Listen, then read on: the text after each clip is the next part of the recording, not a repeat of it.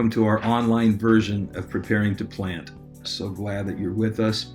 My name is Dave Reynolds, and my wife and I have been involved in planting for just over 30 years.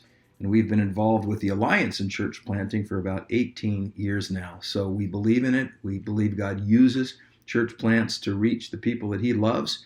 And we believe in you, and I'm so thrilled that you're with us for this time. I'm just going to spend a few minutes on the front end to explain to you sort of what's happening. You may hear some phones ding and stuff because we're doing this online, so forgive that, but we're just going to roll with it. So a few things that we're going to be doing, and I'll just have you follow along with me on the screen here. Well, that was a slide that was supposed to be hidden, but it wasn't hidden. So the story there is we planted this tree 20 years ago. Just turned out we planted it on the very same day that my son was born. So there's my son, Dean, standing under the tree that we planted the day he was born, over 20 years or so ago now. And here's the point of putting this tree here. And my son, they grew up. My son got big, and the tree that was just a sapling grew up. Plants grow up.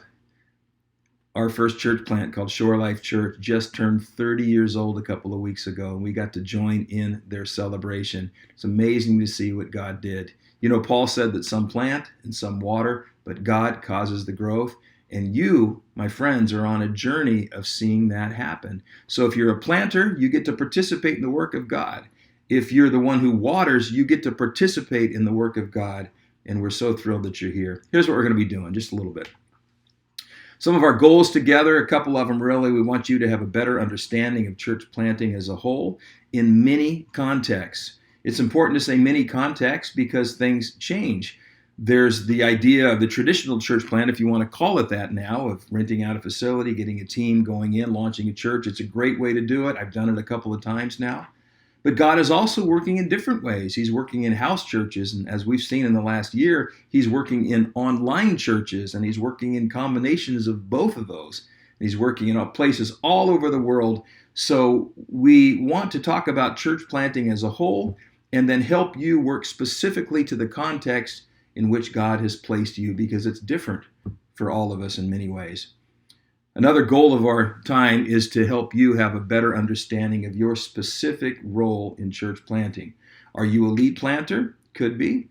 Are you a team member and you have a role on the team? That's very possible. And all those are absolutely necessary. We need the gifts of all the believers for a church plant to become a fully functioning church, which is our goal. So wherever you are in that, we're just thrilled that you're here. Here's a few specific things that we're going to do in our training. We'll have different guys coming in and presenting like this in brief videos, but we're going to talk about some of these things. We want to talk about the right planter. How has God gifted you? We want to talk about the plan that God gives to you. What biblical vision has God revealed to you? We'll talk about the place. Where is God calling you? What's that cultural context? And what's your fit in that context? And how do you fit into that context? We want to talk about the right people, meaning who's your team going to be? Who else has God called to this? And then finally, we want to help you work through the right point in time, and we'll do some work together on timelines that can help you, that I found very helpful to me. Our time together is going to include things like this, videos. You're watching one right now. We hope that you'll be inspired by the things that we say in these videos. We hope that you will receive some helpful information from us. And we'll also invite you to do some reading of the manual that we present, because we're not going to walk you through all the blanks. You would leave us long before then. At the same time, we'll ask you to reflect on some things, and we might even guide you to some other places on the internet and other places where you can get great training, like exponential.org and other places like that. Let me say this finally in my first brief video. God works through all kinds of ways, and He uses hardship even to get His church going. I'm going to take you to a passage of scripture that demonstrates this. So it's the book of Acts.